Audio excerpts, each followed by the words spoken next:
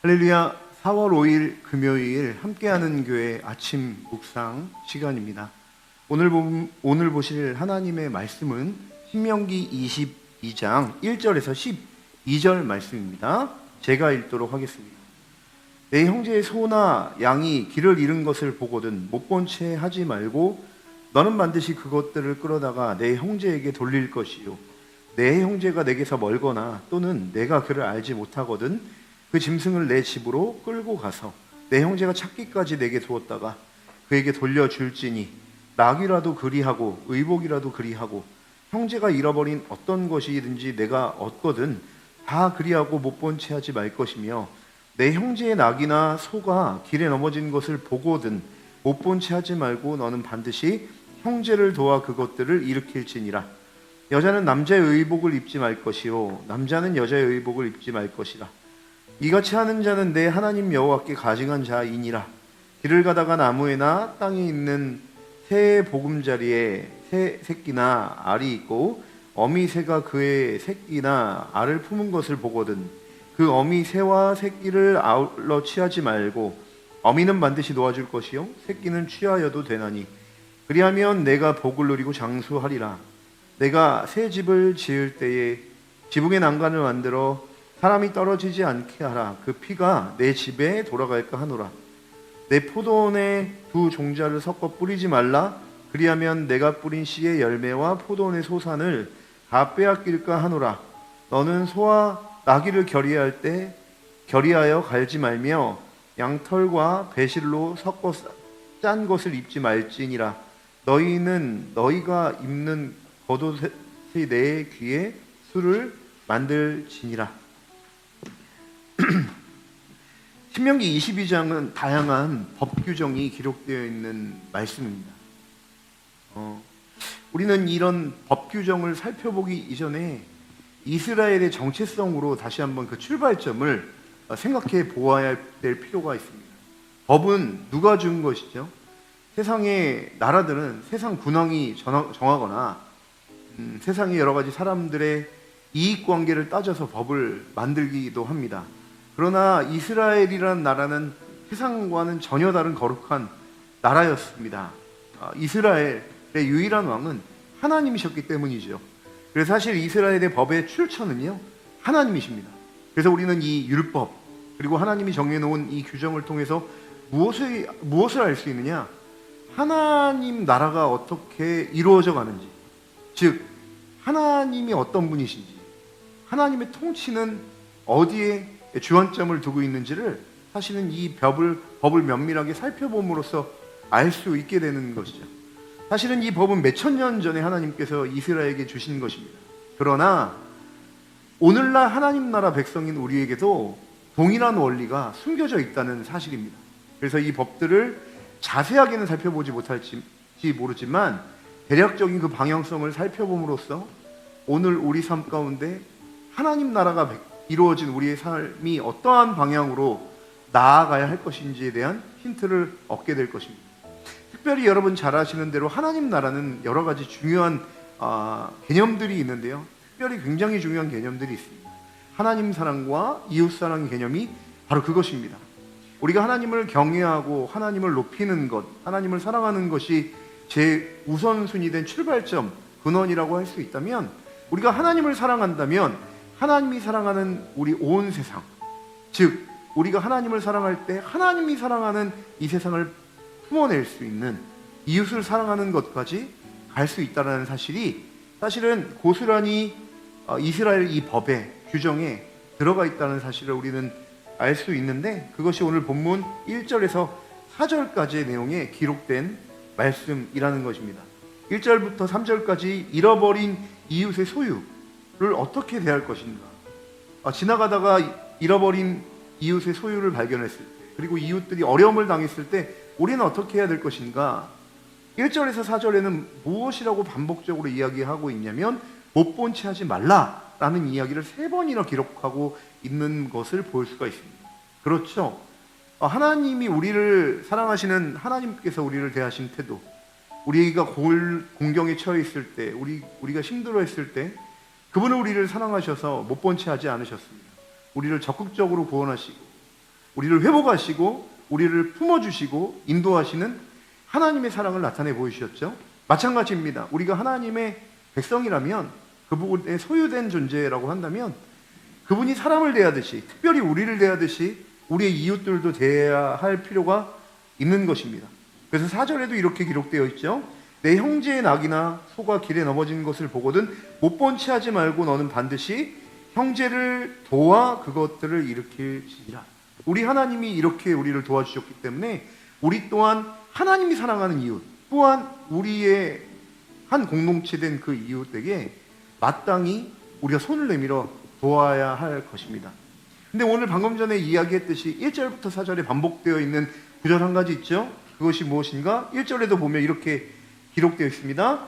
내 형제의 소나 양이 길 잃은 것을 보거든 못 본 채 하지 말고, 이렇게 기록되어 있습니다.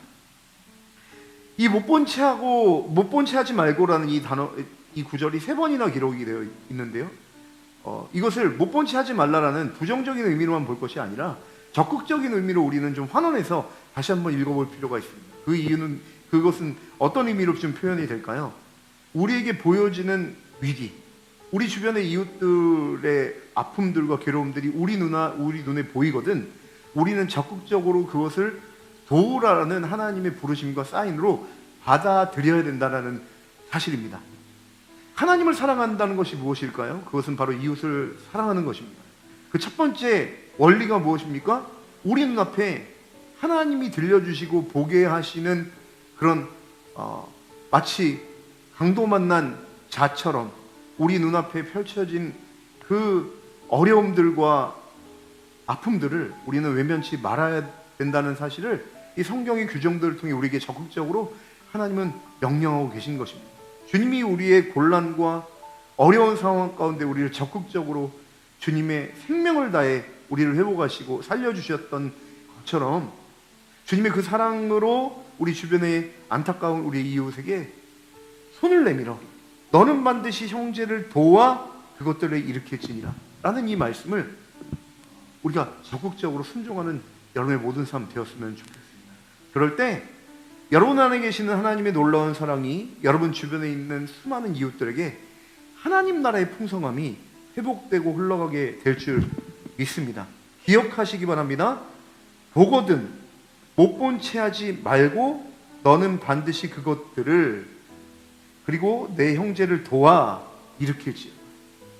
오늘 여러분의 모든 삶 가운데 하나님이 비추시는 헐벗고 굶주리고 괴로워하는 보여주시는 그 영역들을 외면하지 않는 하루가 되었으면 좋겠습니다. 그것이 이미 여러분 삶 가운데 임한 하나님 나라를 사는 중요한 방식이라는 사실을 기억하시기 바랍니다.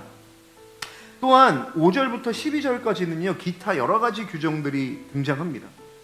이 규정들은 한 가지 주제를 이렇게 모을 수 없는 여러 가지 다양한 규정들이 모여 있죠. 그것을 간단하게 좀 살펴보면 5절에 보니까 의복에 대한 규정이 나옵니다. 여자는 남자의 의복을 입지 말고 남자는 여자의 의복을 입지 말라. 이 5절에 대한 이 규정은요 사실은 9절에서 12절 섞지 말라. 다양한 여러 가지 이슈를 섞어서 사용하지 말라. 또 포도원에 뿌린 씨가 그 포도원에 두 종자를 섞어 뿌리지 말고, 또 소와 나귀를 결의하여 같이 갈지 말고, 양털과 배실로 섞지 말라라는 이 메시지와 연관지어 좀 볼 수 있을 것입니다. 이것은 어떤 의미가 있습니까? 단순히 어떤 것을 섞어서 함께 하지 말라라는 의미도 있겠지만 사실은 이런 율법에 대한 다 보여지는 메시지가 담겨 있는 것이죠. 당시에는 이방 문화가 너무나도 가까이 있었던 시기였습니다. 그러나 이스라엘은 이방 백성들과 전혀 다른 정체성을 갖고 있는 그런 존재들이었죠. 사실은 이 섞지 말라라는 이 메시지는 이스라엘 본연의 정체성을 지키라라는 메시지가 담겨져 있는 것입니다. 그래서 당시 만연해 있던 이방 문화와의 혼합, 좀 넉넉하게 그것을 허용하는 이런 문제에 대해서 단호하게 금하고 너희들 본연의 정체성, 하나님이 정해놓으신 그 틀, 너희 문화의 그리고 너희의 정체성의 본연의 그 방향을 지키며 살아가라 라는 기본적인 영적인 메시지가 담겨져 있다는 사실을 우리는 볼 수 있게 되는 것이죠. 또 6절에서 7절에 보니까요, 또 이렇게도 기록되어 있습니다. 길을 가다가 나무에나 땅에 있는 새의 보금자리에 새 새끼나 알이 있고 어미새가 그의 새끼나 알 품는 것을 보거든 그 어미새와 새끼를 아울러 취하지 말고 어미새는 풀어주고 새끼만 취할지니라 라는 이런 구절이 나오죠. 이것을 통해서 우리가 풍부하게 알 수 있었던 하나님의 그 방향성은 무엇이냐면 우리 인간의 회복된 하나님이 창조하신 인간의 부여된 여러 가지 사명 중에 한 가지가 무엇이냐면 이 온전한 자연 만물을 보존하고 다스릴 책임이 있다라는 것까지도 이야기해주고 있는 것입니다.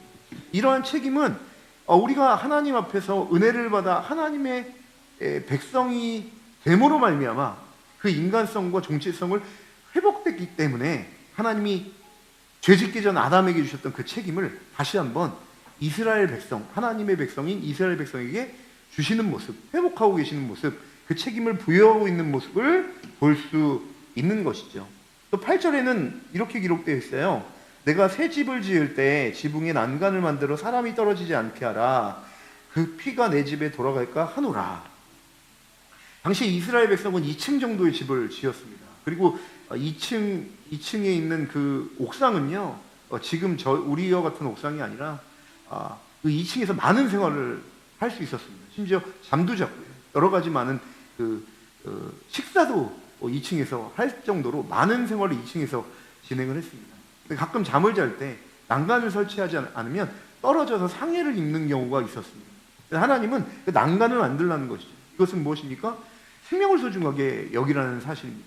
이것은 더 확장돼서 얘기하면 이 국가에서 만드는 정책과도 연관이 되어 있겠죠. 사회보장제도를 만들어서 소외적 약자를 돌보고 또 여러 가지 어떤 상해와 어려움들 가운데 그것을 보호할 수 있는 법조항을 만드는 것까지 그 나라가 해야 된다는 것을 우리는 이 본문의 확장성 안에서 우리는 해석할 수 있을 것입니다. 그러므로 이 기타 규정을 통해서 주님이 요구하시는 것이 무엇입니까? 우리의 정체성, 그것을 지키라는 것입니다. 그리고 우리의 회복된 이 정체성에서 나오는 책임들이 있다라는 것이죠. 그것은 무엇입니까? 온 세상 만물, 특별히 자연 생태계까지 보호할 책임이 회복된 우리의 정체성에 담겨져 있다. 그리고 우리의 정체성은 또 어디에 있습니까? 주변에 있는 사람들 생명을 보호하고 또 그들의 역경과 어려움도 짊어지고 책임질 수 있는 것까지 그것이 하나님 나라의 백성으로 회복된 우리의 정체성이 이 규정 안에 자세하게 담겨져 있는 것이죠.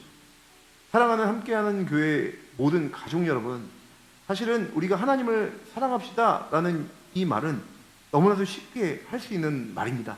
그러나 하나님을 사랑한다는 것이 구체적으로 삶의 영역에서 어떻게 살아가야 되는지는 사실 성경의 구체적인 이야기를 통해서 많이 연구하고 고민해 봐야 될 사실입니다. 그래서 성경은 단순히 추상적으로 하나님 사랑해라 라는 것을 기록해 놓고 그것으로 끝나는 것이 아니라 그에 대한 여러 가지 법조항을 통해 하나님이 어떤 분이신지 그분을 사랑하는 것이 어떤 구체적인 내용들이 있는지를 우리 율법을 통해서 우리에게 알려주고 있는 것이죠. 몇천 년 전에 기록해 놓은 율법이지만 하나님 백성이 어떻게 살아야 될지에 대한 매우 중요한 구조들 그리고 매우 중요한 원리들이 담겨져 있다고 볼 수 있습니다. 이것이 고스란히 21세기를 사는 우리에게 흘러와서 오늘 우리가 하루하루 살아가는 데 있어서 이웃을 섬기고 우리의 정체성을 지키며 하나님이 창조한 세상을 주님의 사랑으로 품어낼 수 있는 그 일에 우리가 정말 고민하며 살아가는 하루가 되었으면 좋겠습니다. 그럴 때 하나님이 우리에게 주신 풍성한 사랑을 우리가 깊이 알고 또 그 사랑을 흘려보낼 수 있는 생명력 있는 삶을 사시게 되는 하루가 되실 줄 주님의 이름으로 간절히 기대하고 축복합니다. 기도하시겠습니다. 사랑과 은혜가 충만하신 하나님 아버지 참으로 감사합니다. 오늘 본문의 말씀을 통해 하나님을 사랑한다는 것이 무엇이고 이웃을 사랑한다는 것이 무엇인지를 잠시 잠깐 살펴보았습니다. 하나님, 우리 가운데 이미 은혜를 베푸신 그 사랑과 우리가 회복된 정체성이 무엇인지를 오늘 기억하게 하셔서 오늘 하루 살아갈 때 그냥 그렇게 살아가는 것이 아니라 세상과 다른 거룩한 백성의 정체성을 부여잡고 살 수 있는 하루가 되게 하옵소서. 그럴 때 성령이 우리를 통해서 우리 자신뿐만 아니라 하나님 나라가 얼마나 풍성하고 아름다운지를 우리를 통해 우리 주변에 있는 이웃들에게 흘려보내 주실 줄 믿습니다. 우리를 사용하여 주시옵소서. 감사하며 예수님의 이름으로 간절히 기도합니다. 아멘.